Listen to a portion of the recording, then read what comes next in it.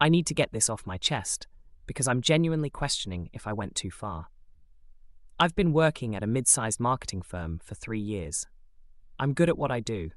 Consistently excellent performance reviews, clients love me, and I've brought in some major accounts. When our senior account manager position opened up last month, I was confident it was mine.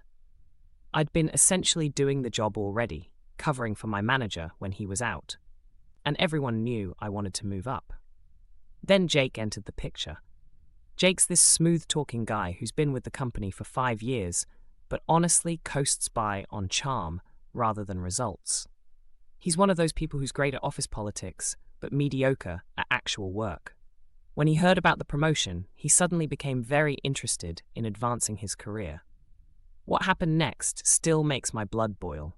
Jake started a whisper campaign against me. He told our boss, Mr. Peterson, that he'd overheard me on phone calls discussing job interviews.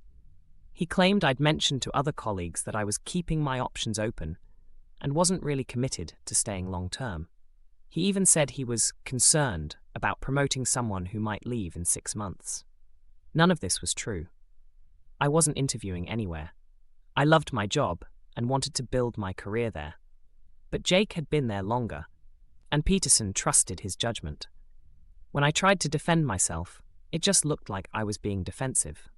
Jake played it perfectly, acting like he was reluctantly sharing information out of concern for the company. Jake got the promotion. I was devastated. Peterson told me I was next in line for future opportunities, but that they needed someone fully committed for this role. The injustice of it ate at me for weeks. That's when I decided to dig into Jake's work more carefully. If he wanted to play dirty, I could too. It didn't take long to find what I was looking for. Jake had been systematically inflating his expense reports for months. Fake client dinners at expensive restaurants where I knew he'd eaten alone. Hotel stays padded with extra nights he didn't actually stay. Uber rides that cost twice what they should have. He was probably stealing thousands of dollars from the company. I spent 2 weeks carefully documenting everything. Screenshots of his submitted expenses, photos of receipts that didn't match his claims, even security footage, timestamps showing him leaving the office when he claimed to be at client dinners. I cross-referenced everything with client meeting schedules and found multiple instances where he billed for meetings that never happened. Then I anonymously submitted everything to HR and the company's ethics hotline. I made sure to present it professionally, like a concerned employee who'd noticed irregularities. The investigation was swift. Within a week, they'd confirmed the fraud. Jake was fired immediately, and they mentioned potential legal action for reimbursement. 2 days later, Peterson called me into his office and offered me Jake's position.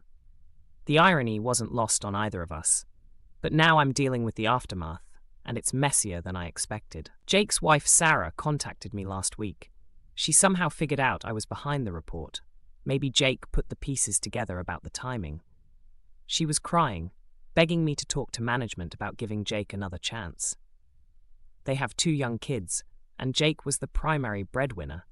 She said they might lose their house if he can't find work soon, and having terminated for fraud on his record makes him essentially unhireable in our industry. Word has gotten around the office about what happened. Some colleagues are calling me vindictive and ruthless. They're saying that while Jake was wrong to spread rumors, what I did was nuclear, that I destroyed his entire life over office drama. They think I should have confronted Jake directly or found a way to clear my name without ending his career.